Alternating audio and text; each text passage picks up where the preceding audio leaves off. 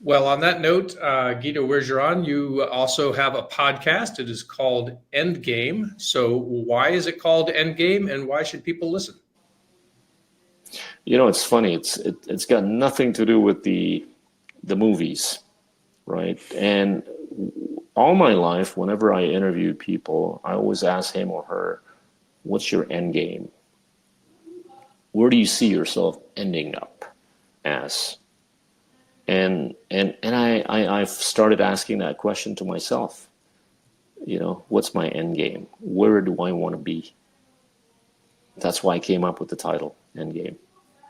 And why should people listen? Well, it's educational. It's long form, unlike what you might see on TikTok or Instagram, which is only 30 seconds or 3 minutes. I'm in a camp that believes that there's a lot of good contents on social media, but there's a lot more not so good contents.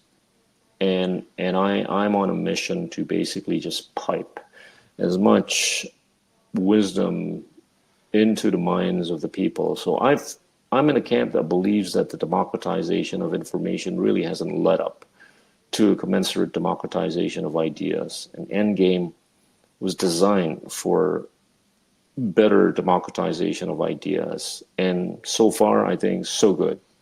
We started this thought experiment a little over 3.5 years ago, thinking that, we'd be happy to get 5,000 views.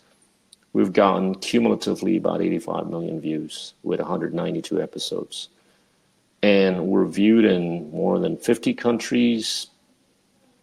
So the last bit is really, if you take a look at Indonesia, there's probably no more than 10 million people that speak good English out of 280 million people. If you take a look at Southeast Asia, there's no more than 60 million people that speak good English, most of which are the Filipinos, Malaysians, and Singaporeans.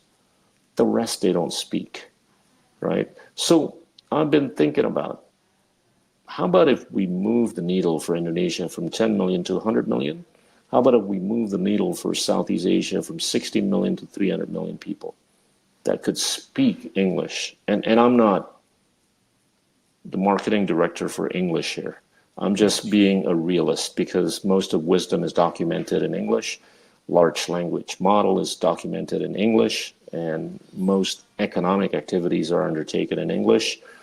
You put an Ethiopian and a Filipino in a room trying to trade with each other, they're not going to speak Mandarin, they're not going to speak Japanese, Italian, or Spanish. They're going to have to speak English. So that's the reality.